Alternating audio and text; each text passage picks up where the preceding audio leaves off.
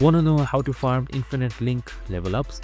So in this video, I'm going to give you an explanation and some tips on how you can easily farm them. So let's get straight to it. Now, first things first, grinding link levels manually is for suckers. Let the game farm itself overnight with stills 31 to 8 auto loop. So quest 31-8 is a secret. It costs 23 stamina, has 3 battles and a high chance for link level ups. The trick is your team setup. Bring one unit you actually want to level links for and fill the rest of the team with farmable, low rarity units with super attacks whose super attacks cause all immense damage or res diff.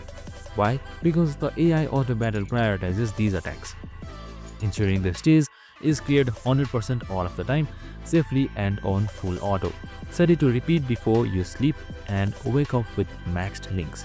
Your phone works for you while you rest for the exact team builds and more AFK farms.